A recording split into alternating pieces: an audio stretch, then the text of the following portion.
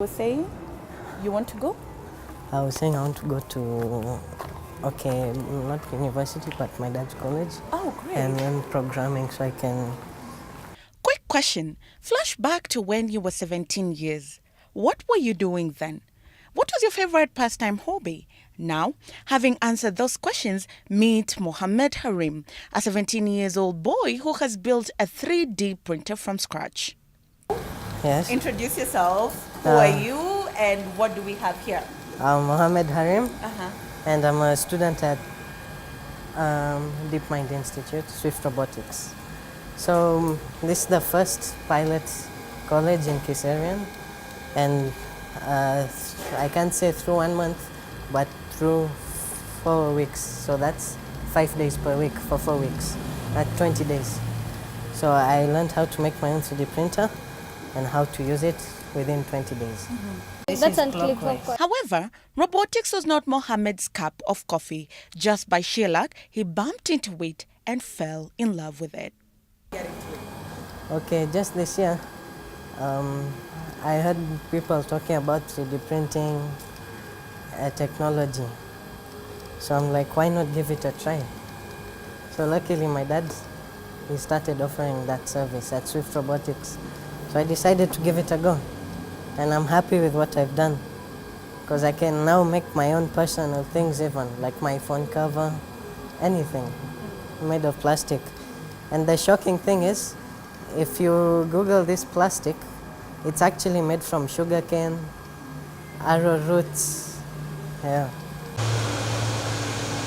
Then the journey began, a 30-day journey of 3 hours input daily to build the 3D printer. Okay, the first day, I didn't believe I could do such a thing, because the first day I was only taught about motors. In robotics, they're called actuators. I didn't know that. Yeah. So the first day I was taught about this. The first week, we made a frame, and we started putting wires through the frame. I'm like, damn, when will I finish all of this work? The next week reached. I was introduced to the electronics. Inside here is a motherboard called an Arduino, and this here is called a bed. So actually this is an imported bed, but I was also taught how to make my own homemade bed, just with metal and copper wire. And this, what you see here, is called an extruder. It does the main job because it brings the plastic and melts it to make your coded objects. Having never built a robot before or been in touch with robotics, Mohammed describes his experience as one of a kind through the process.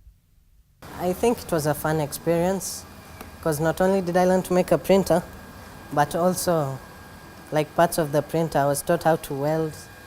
I was taught how to properly work with electronics.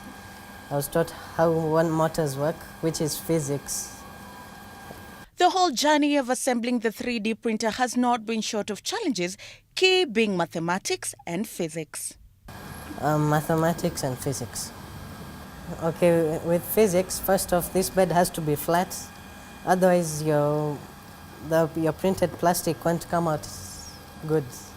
That's to deal with physics. Okay, also to deal with physics, electronics and the motors. You have to be very careful with them.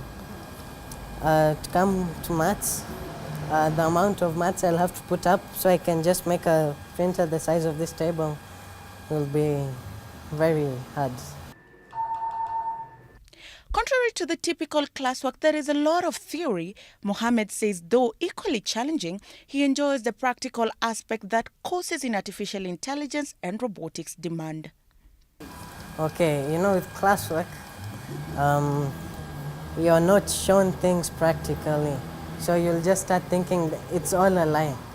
Like if you're told Hitler existed, I mean, there is proof, but not much of it.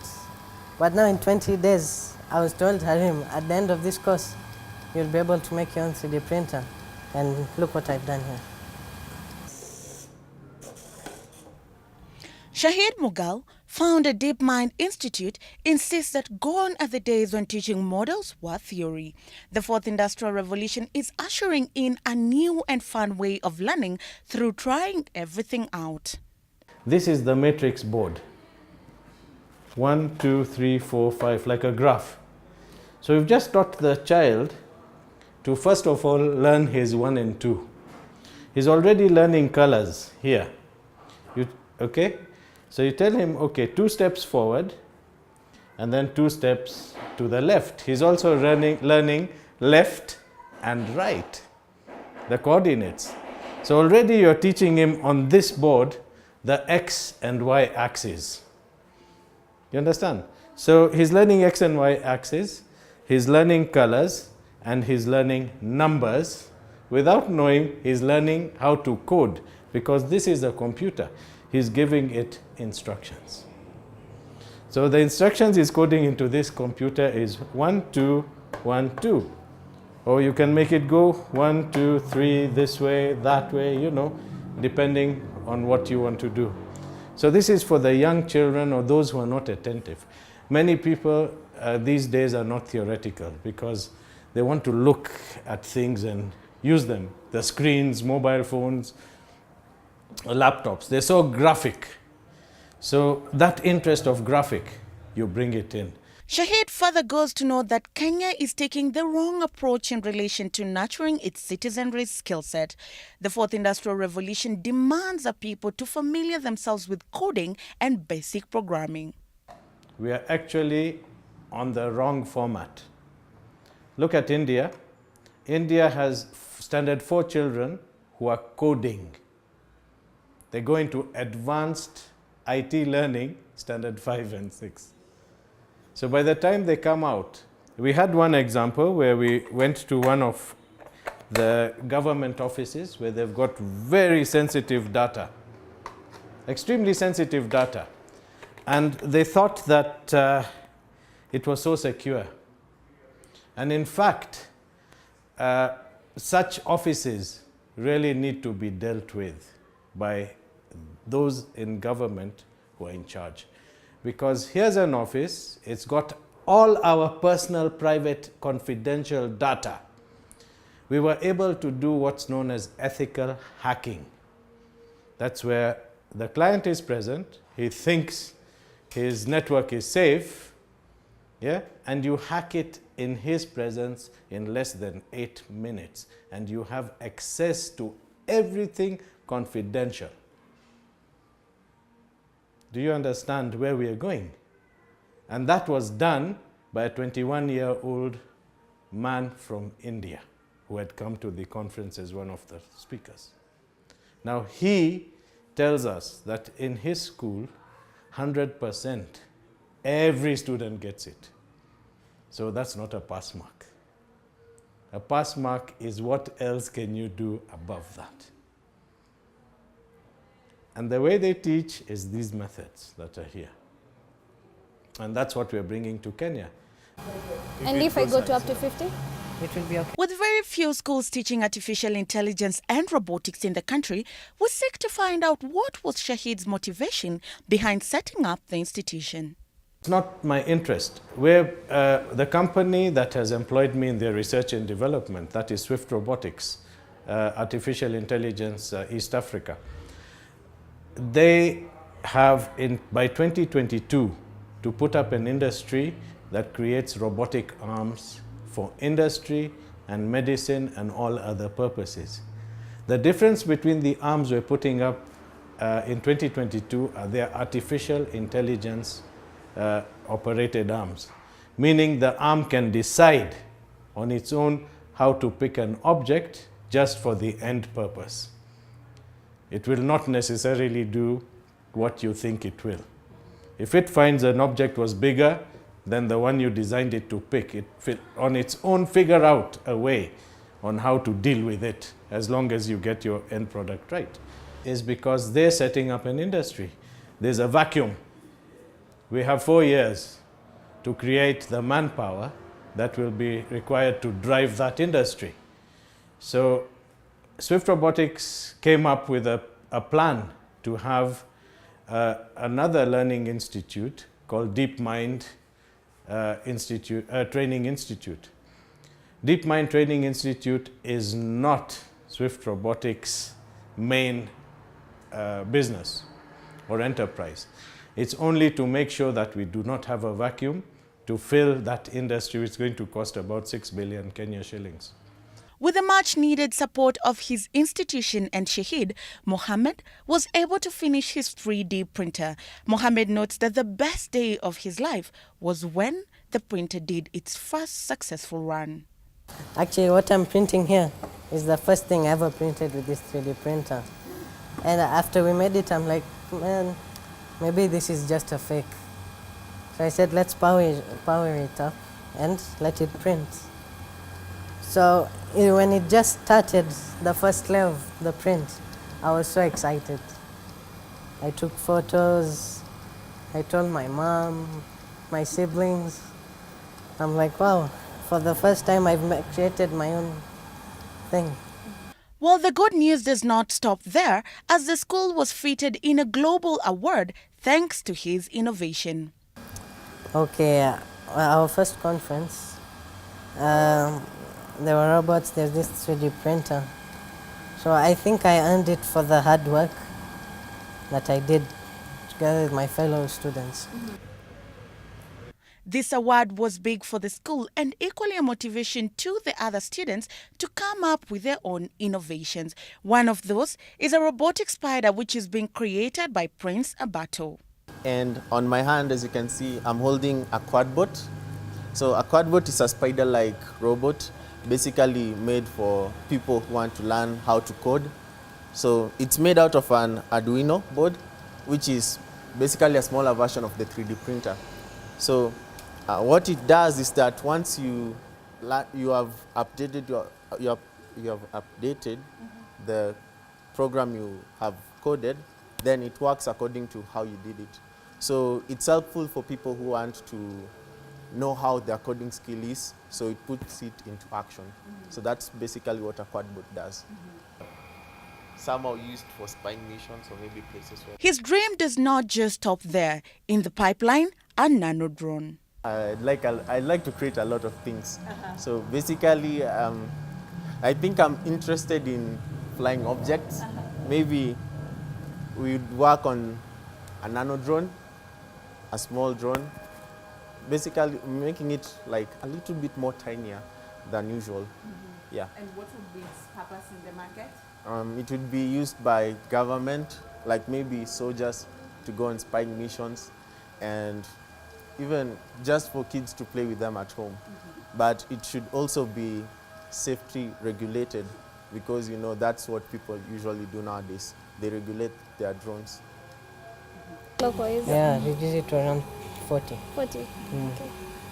Another student who with Mohammed's help has been able to finish her project is Leah Njeri. Leah says it's motivating and equally a positive challenge to share a class with Mohammed. I mean, you're seeing science being developed in your own eyes. That's a great experience. You get to tell the whole world about it. You're sure it's 1978? She goes on to say that she equally took up a challenge and has successfully completed it. I came up with Ozbot with his help. Yeah. What's Ozbot? Ozbot is a robot that's programmed to follow color coordinations. Basically, it's programmed for kids to help them in learning color coordination, mathematics, simple as subtraction, multiplication. Yeah. With his 3D printer being a success, we seek to find out what more Mohammed intends to do. Okay, my future is to be the best there is in the whole of Africa with 3D printing. For the people who are yet to fully embrace the fourth industrial revolution, Mohammed doses them with the bitter truth. You mentioned fourth industrial revolution. I'm very sorry for the people who still think this is still science fiction, because in the future they might end up losing their jobs. Most careers might end up losing their jobs. These very words are echoed by Shaheed, who says the fourth industrial revolution is going to disrupt many career fields, both negatively and positively. Okay, two ways of looking at it. One, it's disruptive. Many professions, sorry to say, some who are being trained right now in universities will graduate into no profession. It will have been taken over by robots and artificial intelligence mechanisms. Safaricom, your voice is your password. What is that? It's not a beautiful lady seated on the other side trying to recognize your voice. It's artificial intelligence. That took somebody's job. Those who are keeping records, it's taken their jobs too, because it's almost into distributed ledger technologies. Now, many are going to lose their jobs. Insurance companies, legal firms, banking will be most hit. Teachers, we have Einstein, who's good enough to stand in a class and teach. He can do more than teach. He'll be taking a video of the whole class, everyone's behavior, remembering each and everyone's face, knows their parents, and how or what medical problem or disability one may have. It's already preloaded in that teacher. That computer is more patient than a teacher and will be able to do so much more. With the rest of the continent always looking up to Kenya to set the pace, Shahid says all systems are a go in our favor. In everything, from fashion to technology, we're seen by our other countries around us as leaders. So we have to be at par in this fourth industrial revolution, and not only at par in Africa, but the whole and rest of the world, because this is trending and emerging technologies we are talking about. Nobody is ahead of us. Most of these emerging technologies first start up in Africa. Look at M-Pesa. It started here. Some countries in the West who are developed have still not taken it on. Yeah, you can have it. Oh, thank you. While we wind up and plan to let Mohammed start working on his next groundbreaking record, he goes on to challenge young people to try before they label STEM courses difficult. Okay, nothing is difficult if you still haven't done anything yet. It is said the youth are the leaders of tomorrow, but here at Swift Robotics, they are the leaders of today, pacing the way in matters artificial intelligence and robotics. From Mohammed, who's created a 3D printer, to Prince, whose spider is still at innovation stage, Abigail, who's created a robotic snake, Sarah, who's created color coding, and Gibson, who's creating a robotic arm, it is evident that Kenya has the right tools and tips to take its place at the fourth industrial revolution. For Brand Plus TV, in Kiserian, Swift Robotics Academy, I'm Ondiro Oganga. Hooray!